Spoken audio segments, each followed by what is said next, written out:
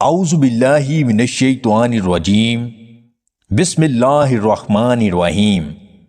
تمام دیکھنے اور سننے والے ناظرین کو میری طرف سے السلام علیکم۔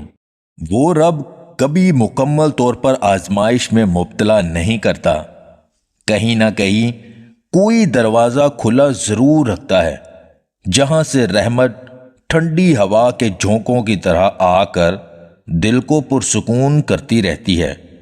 کوئی نہ کوئی آسانی تو مشکل کے ساتھ موجود رہتی ہے۔ پانی میں بھگو کر چیلے ہوئے بادام 10 عدد لے کر خوب باریک پیس لیں اور جوش کھاتے ہوئے آدھ سیر دودھ میں ملا دیں۔ جب 2-3 جوش آ جائیں تو دودھ آگ سے اتار کر ٹھنڈا کریں۔ جب پینے کے لائق ہو جائے تو مصری یا شہد حسب ذائقہ ملا دیں۔ نہایت مقوی غذا ہے۔ الفاظ استعمال کرتے وقت ایسے ہی احتیاط کریں جیسے مچھلی کھاتے وقت کانٹوں سے کرتے ہیں، کیونکہ یہ سچ ہے، کانٹے تو صرف جسم کو تکلیف دیتے ہیں لیکن الفاظ دلوں کو چیر دیتے ہیں۔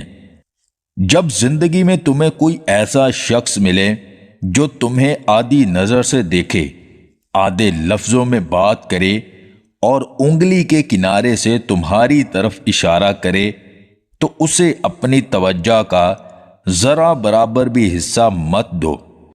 ہاتھ پکڑنے اور تھامنے میں بہت فرق ہوتا ہے۔ پکڑنے والے کی پکڑ چاہے کتنی ہی مضبوط کیوں نہ ہو، وقتی ہوتی ہے، جبکہ تھامنے والے کے ہاتھ تا حیات رہتے ہیں۔